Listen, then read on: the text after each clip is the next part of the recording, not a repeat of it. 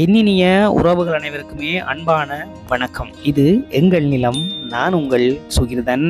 யாழ்ப்பாணம் குடத்தனை பகுதியில் ஒரு 24 பரப்பு காணி விற்பனைக்காக வந்திருக்குது.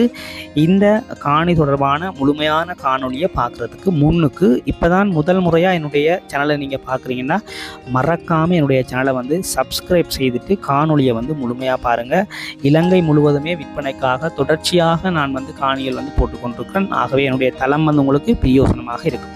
முக்கியமாக பார்த்தீங்கன்னு சொன்னால் ஃபேஸ்புக் பேஜ் இருக்குது எங்கள் நிலமண்டு, டிக்டாக் இருக்குது எங்கள் நிலமண்டு சொல்லி அதையும் ஃபாலோ பண்ணுங்கள். யூடியூப் சேனலை மறக்காமல் சப்ஸ்கிரைப் செய்து வச்சுக்கொள்ளுங்கள். இப்போ வாங்க நாங்கள் காணொலிக்குள்ளே போகலாம்.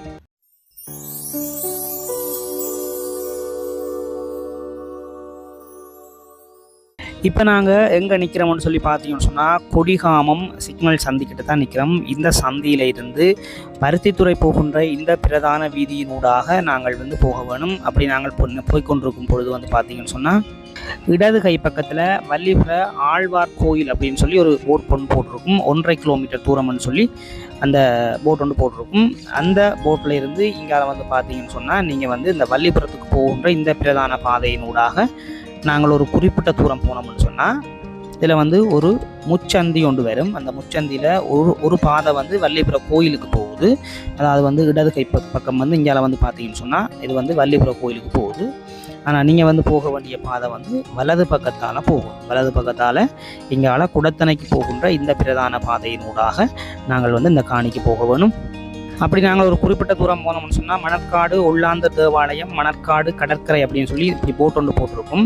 இந்த போட்டையும் நீங்கள் தாண்டி நேராக போகணும். அதாவது வள்ளிபுரம் ஆழ்வார் கோயில் அடியில் இருந்து கிட்டத்தட்ட ஒரு 5 கிலோமீட்டர் தூரத்தில் தான் இந்த காணி அமைஞ்சிருக்குது.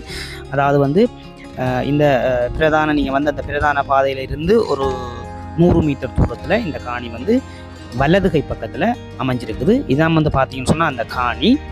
இதில் பார்த்தீங்கன்னு சொன்னால் மொத்தம் 24 பரப்புகள் இருக்குது. முன்னுக்கு வெங்காயம் போட்டிருக்குறாங்க.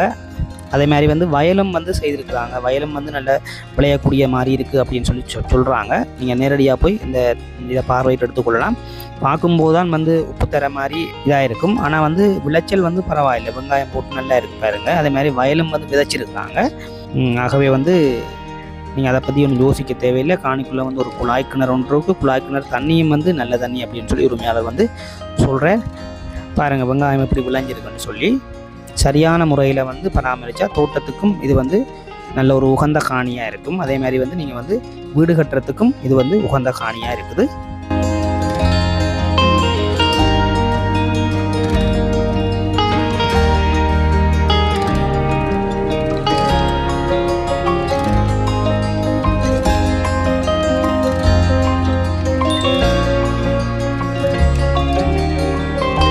காணிக்குள்ளே பார்த்தீங்கன்னு சொன்னால் மொத்தம் 65 தென்னை மரங்கள் இருக்குது.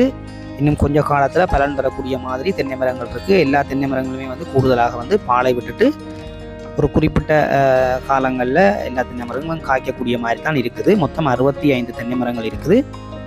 சுற்றி வர பார்த்தீங்கன்னு சொன்னால் வேலி அறிக்கையாக அடைச்சிருக்கிறாங்க. ஒரு குழாய் கிணறு ஒன்று இருக்குது. இந்த காணியினுடைய விலை பார்த்தீங்கன்னு சொன்னால் ஒரு பரப்பினுடைய விலை 4 லட்சம் ரூபா சொல்கிறார் இந்த காணியினுடைய உரிமையாளர். ஆனால் கதைச்சி பேசி தீர்மானித்து எடுத்துக்கொள்ளக்கூடிய ஒரு விலையாகத்தான் இருக்குது. நான் இதில் உரிமையாளருடைய தொலைபேசி இலக்கங்களையே நான் உங்களுக்கு தரேன். நீங்கள் அவருடைய கதைச்சி பேசி இந்த காணியை எடுத்துக்கொள்ளலாம்.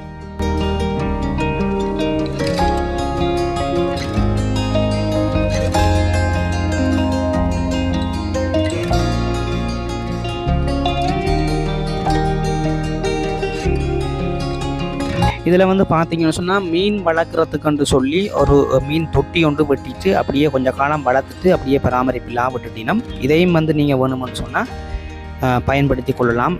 நீங்கள் வடிவ அழகாக கட்டி கொண்டு இதுக்குள்ளே மீன் வளர்க்கக்கூடிய மாதிரி இருக்குது. அதையும் நீங்கள் செய்கிறண்டா செய்து கொள்ளலாம். அப்படியே நாங்கள் தொங்கல் வரைக்கும் போய் இந்த காணியினுடைய முடிவு எல்லையை போய் பார்த்துட்டு வரலாம்.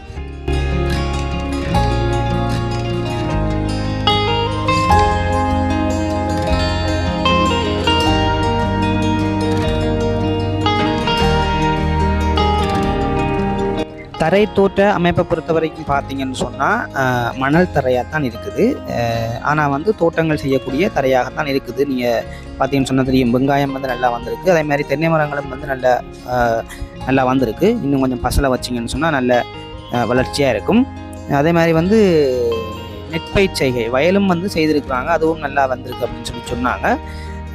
மேற்கொண்டு நீங்கள் வந்து காணியை நேரடியாக போய் பார்வையிடுங்க. பார்வையிட்டு உங்களுக்கு பிடிச்சிருந்தால் மட்டும் உரிமையாளரோட நீங்கள் வந்து கதைச்சி பேசி எடுத்துக்கொள்ளுங்கள். மற்றது நீங்கள் வந்து ஆவணங்கள் பக்கத்தால் வந்து நேரடியாக போய் பாருங்கள். அந்த டாக்குமெண்ட்ஸ் எல்லாம் பார்த்து சரியாக இருக்கான்னு செக் பண்ணி போட்டு நீங்கள் எடுத்துக்கொள்ளுங்கள். பார்த்தீங்கன்னா தெரியும், அந்த தொங்கலில் தெரிகிற அந்த பனை மரங்கள்லாம் இந்த காணியினுடைய இல்லை. தொங்கலை பாருங்கள், அந்த பனை மரம் தெரியுது, கொங்குரி தூணெல்லாம் தெரியுது பாருங்கள், அதான் இந்த இல்லை. இதோட இந்த காணி வந்து முடியுது. மொத்தம் வந்து 24 பரப்புகள் இருக்குது. பரப்பு வந்து 4 லட்சம் ரூபா வந்து சொல்கிறேன். நீங்கள் வந்து அளந்து ஒரு சேவியரை வச்சு காணியை அளந்து நீங்கள் வந்து உறுதிப்படுத்தி போட்டு காணியை எடுத்துக்கொள்ளலாம். நீங்கள் பரப்பு எத்தனை பரப்பு இருக்கோ அத்தனை பரப்புக்குரிய காசை கொடுத்தீங்கன்னு சொன்னால் போதுமானதான். மற்றது வந்து பார்த்தீங்கன்னு சொன்னால் இதில் நான் உரிமையாளருடைய தொலைபேசி இலக்கங்களை தரேன். நீங்கள் வந்து அவருடைய கதைச்சு பேசி இந்த காணியை வந்து எடுத்துக்கொள்ளலாம். இதில் விளம்பர சேவை அப்படின்னு சொல்லி என்னுடைய தொலைபேசி இலக்கத்தையும் தரேன். எனக்கு வந்து நீங்கள் வந்து அழைப்பு ஏற்படுத்தி உங்களுடைய காணிகளையும் வந்து நீங்கள் வந்து விளம்பரம் செய்து விற்பனை செய்து கொள்ளலாம். முக்கியமாக என்னுடைய சேனலை வந்து மறக்காமல் சப்ஸ்கிரைப் செய்து வச்சுக்கொள்ளுங்கள். மற்றும் ஒரு காணொலியில் நான் உங்களை சந்திக்கிறேன். நன்றி, வணக்கம்.